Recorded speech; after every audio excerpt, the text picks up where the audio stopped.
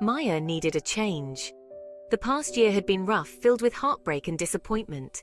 So she packed her bags, searching for a fresh start in a new apartment. It wasn't much, but it was hers.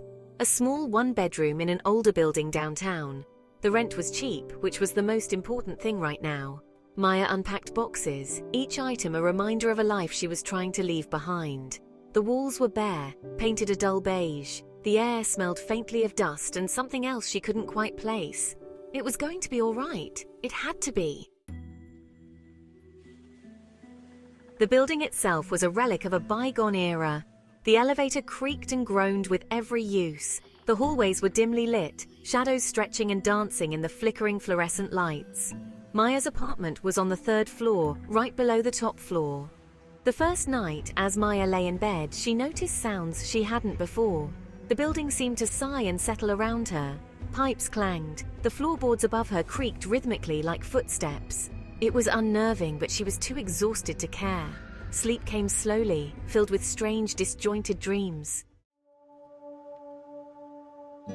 The next night, a new sound reached Maya's ears. It was a soft humming, a gentle melody that seemed to emanate from the ceiling. At first, she thought it was just part of the building's symphony of creaks and groans. But this was different. It was melodic, almost comforting.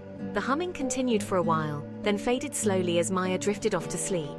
She dreamt of meadows and sunlight, a stark contrast to the dreary reality of her apartment. When she woke, the humming was gone.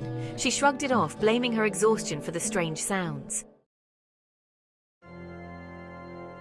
Section 4. The melody intensifies.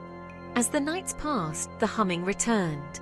And each night it grew louder, more insistent. It no longer lulled Maya to sleep, but kept her awake, her nerves on edge. It was beautiful, yes, but there was an underlying current of something else. Something unsettling. Maya tried to ignore it, burying her head under her pillow. But the melody seemed to seep into her very bones, vibrating through her. What was it? And who was humming? It was driving her mad. She had to find out. Section 5. Silence Falls. One night, the humming reached a fever pitch. It filled the apartment, reverberating in Maya's skull. She sat up in bed, heart pounding, her breath catching in her throat. And then, as suddenly as it began, the humming stopped. Silence descended, heavy and absolute. Maya waited, every sense on high alert. She strained to hear any sound from the apartment above, but there was nothing, just an unnerving silence. For the first time, Maya felt a chill crawl down her spine. Something wasn't right. Section 6. The Empty Apartment.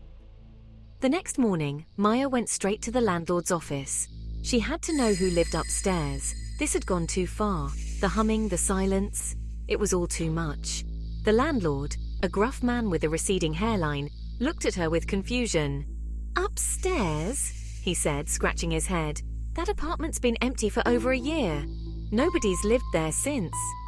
His voice trailed off, but Maya had heard enough. Empty? But then who? What had she been hearing every night? The humming, the melody? It couldn't have been real, could it?